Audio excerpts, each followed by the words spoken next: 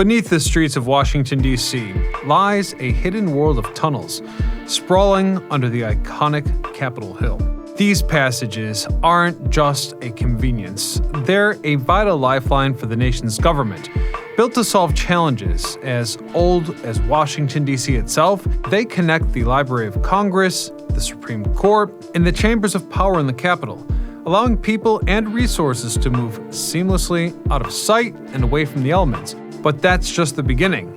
This underground network has also been home to the cutting-edge logistical system of the Cold War fallout shelters. It's played its part in moments of national crisis, seen secret presidential movements, and even inspired a few urban legends. Some tunnels are no longer used, others remain off limits, and some have taken on curious roles, like housing art galleries or covert security operations. So how were these tunnels built? What secrets do they hide, and what role do they play in modern events?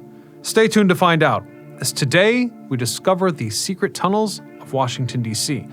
I'm your host, Ryan Sokash, and you're watching It's History. This video is brought to you by Delete Me. We've all made the mistake of offering up our personal information to the wrong online shop, and the next thing you know, the spam just starts flooding in. I've also done it, and basically what happened here is that your information was sold to data brokers. But with the correct awareness and some simple steps, you now have the power to remove your personal data that is exposed online. Delete Me is a fantastic service that will erase your personal data from people search websites.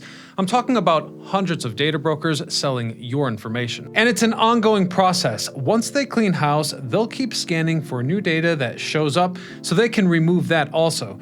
Thanks to Delete Me, I could remove old listings containing my vital records like former addresses, professional background, and even family photos. So that's all to say that with Delete Me's ongoing monitoring, I feel confident that I can continue enjoying the privacy everyone deserves. I'd encourage you to do the same. According to the Guardian article I recently read, just one click on the wrong junk mail can lead to a full-on deluge, resulting in piles of unwanted mail, some of which might even look legitimate. So if you want to get your personal information removed from search results on the web, go to joindeleteme.com/Sokash. Delete Me is offering 20% off their privacy plans to all my viewers with code Sokash. Again, that's joindeleteme.com/Sokash, promo code Sokash. Let's start off long before there were any tunnels in D.C., and Capitol Hill faced challenges rooted in its geography and the practical needs of governance. Washington, D.C. was established as the capital of the U.S. in the late 18th century. It was chosen for its symbolic location between the North and the South. Pierre Charles L'Enfant's grand vision for the city emphasized broad avenues and monumental public spaces. And as great as this all was symbolically, it left some very practical issues to be solved. For much of the 19th century, the Capitol and the surrounding buildings expanded to meet the demands of a growing government, but efficient movement between them lagged. The Capitol grew through construction and reconstruction phases, spurred by events such as the War of 1812 and the Civil War. Early efforts to ease transportation challenges included horse-drawn carriages and later streetcars. Still, the politicians were at the mercy of Washington's extreme weather. By the late 19th century, congestion around the Capitol grounds also became a constant issue, with legislators and staff rushing between buildings under tight schedules. But when you add security measures to that equation, the growing distances between offices and chambers became untenable as the federal government expanded in the early 20th century. This sparked the vision of a more efficient, weatherproof mode of transportation that would keep the legislative process running smoothly. And so it was. The seeds of the Capitol tunnel system were planted. Now, to be fair, the first tunnels of Capitol Hill really came about around the time of the Civil War, and they were modest. These early passageways weren't for people, but rather they were dug for ventilation and logistics. One notable example is the tunnel connecting the Library of Congress to the Capitol, designated to transport books efficiently. However, the network that we're going to discuss today really began in the 20th century. In 1907, the idea was announced that tunnels would connect the Capitol with its new office buildings. Designed to shield legislators from Washington's unpredictable weather, this vision quickly took shape. By 1908, The first tunnel linked the Capitol to the Cannon House office building. A second connection to the Russell Senate office building was completed a year later. These tunnels revolutionized movement on Capitol Hill, allowing representatives and senators to navigate their workspace without ever stepping outside. Hence, they continued the trend. Over the decades, many new office buildings brought with them new extensions to this network, and what started as a weather solution soon became a hallmark of Capitol infrastructure. By the late 1950s, the Capitol underwent expansion, prompting the creation of new tunnels, which we previously covered in depth about our video about the secret Senate subway, which you should definitely watch for a better context on today's episode. Anyhow, with the addition of new tunnels to the subway system, older tunnels were repurposed for uses ranging from mechanical shops to fallout shelters, a theme that would continue through the Cold War's era of looming anxieties. And today, at least 19 known tunnels lie beneath Capitol Hill, so let's take a look at them. The Cannon Tunnel stands out for its blend of utility and charm. Its walls are adorned with student artwork from across the nation, providing a touch of humanity in a space that's otherwise dominated by function. But this tunnel is more than just a gallery. It houses a post office, a cafeteria, and even a shoe repair shop, making it a hub of activity, whereas other tunnels cater to specific needs of those working on Capitol Hill. For example, the Madison Memorial Building's passageway hosts a variety of workshops along a small bodega for quick refreshments. Now, if we head over to the House of Representatives, well, their tunnel is less celebrated since it doesn't exist. There's a raised pedestrian pathway that hints at plans for a dedicated subway line that didn't come to fruition. Though the House office building does have tunnels that expanded in earnest back in 1933, this was needed with the addition of a second office building for representatives. Basically, a connecting tunnel made the old and new structures functionally one. But there's also an underground parking garage, which was one of the first in Washington, D.C., and was created to maintain an unobstructed view of the Capitol Dome from Union Station. Now, this garage is where things get interesting, and forming a network, of course, as the structure was logically connected to the Senate office building as well, further integrating the growing underground system. Another important moment came in 1935, when the Supreme Court relocated to its new judicial palace across First Street. This move included the construction of a tunnel linking the court to the Library of Congress, a facility needed for rapid access to legal texts. Now, if we head back to the Library of Congress in the year of 1939, there was another expansion, with a bibliographic annex, and naturally, this new facility was also equipped with a tunnel, pneumatic communication tubes, and an advanced book conveyor system, which was rather ahead of its time.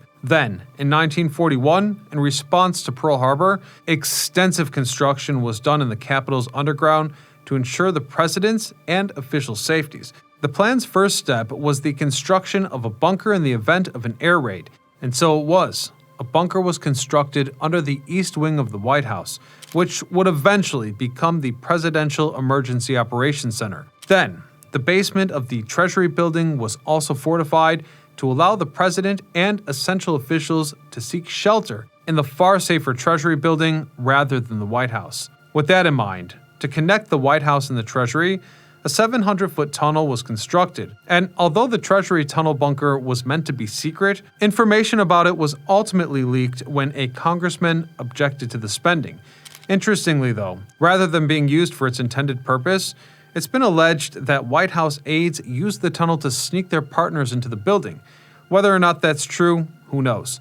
Anyhow, by the mid-20th century, we saw even more growth. In 1958, Congress opened a new Senate office building, and the architects added a second Senate subway tunnel since the original passage had been repurposed as a fallout shelter during the Cold War. Now, if we fast forward to 1965, the opening of the Rayburn Building introduced even more expansive underground amenities, including a parking garage, gymnasium, and a shooting range for Capitol Police. This was the first time the House of Representatives gained its electric people mover subway. By the 1970s, the Library of Congress expanded again with its 7-story Madison building. 2 new tunnels connected this addition to the House office building, adding another link in the underground web.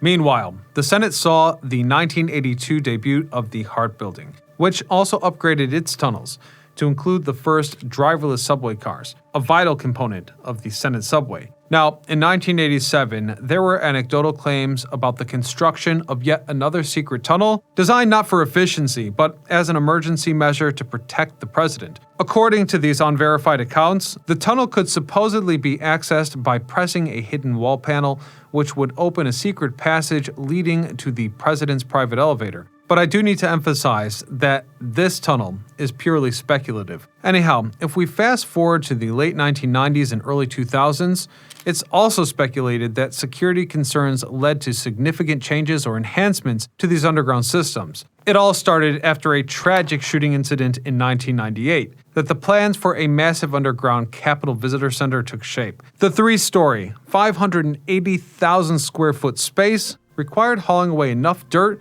to fill 65,000 truckloads. Alongside the visitor center, a new presidential walkway replaced the now-defunct Library of Congress book conveyor tunnel, which was sealed off and abandoned. A second tunnel constructed for the CVC was designed with larger dimensions to accommodate garbage trucks and ensure secure waste disposal away from the Capitol. Though this tunnel was seemingly insignificant, it was a highly anticipated upgrade to the Capitol's waste disposal system. Interestingly, the tunnel's exact location has never been publicly disclosed, and it was seemingly intentionally not shown in pictures of the CVC under construction. Now it's time to discuss a somewhat questionable tunnel. This one was built in response to the Soviet Union's embassy relocating in 1977. Operation Monopoly was a plan by the FBI to counter any potential spying by spying on the Soviet embassy itself. The plan aimed to connect a tunnel underneath the embassy to a nearby home. Despite the successful creation of this tunnel, without the team being exposed, Operation Monopoly was doomed from the start, as it suffered greatly from technical issues. For one, the tunnels were constantly leaking, and this water damaged the high-tech spy equipment. But what's worse was that the FBI was unsure of which room they had even built the tunnel under. They hoped to make it under the conference room, or another area where individuals would likely talk. Even so, it wouldn't have mattered very much, since the equipment that they were using at the time rarely worked underground and had minimal coverage. But it is remarkable that they managed to build this tunnel under the Soviet embassy without ever being detected. However, the Soviets ultimately did learn of this tunnel when its existence was disclosed by the double agent Robert Hansen. So to summarize here, I'd suffice it to say that each tunnel served a specific function, and in many cases, together, they create a kind of rough network that supports the US government's daily operations. And so, let's go ahead and take a look at how they're used in practice. Some lawmakers reportedly held private meetings in these discrete passageways to discuss wartime strategies without fear of being overheard. One specific account of this recalls President Franklin D. Roosevelt, who used the tunnels to navigate Capitol grounds, discreetly avoiding public attention. It said that during pivotal moments, he utilized this hidden network to attend meetings in the early morning hours, ensuring secrecy in the process. Finally, the media also cited that on January the 6th, 2021, during the Capitol riot, many members of the Congress and their staff were evacuated through these tunnels. But I'm going to wrap up there, so feel free to elaborate on that part of the story in the comments section below. Otherwise, if you want more Washington, D.C. stories, don't miss our new playlist about the history of Washington, D.C. Thank you all for watching. Until next time, this is Ryan Sokash, signing off.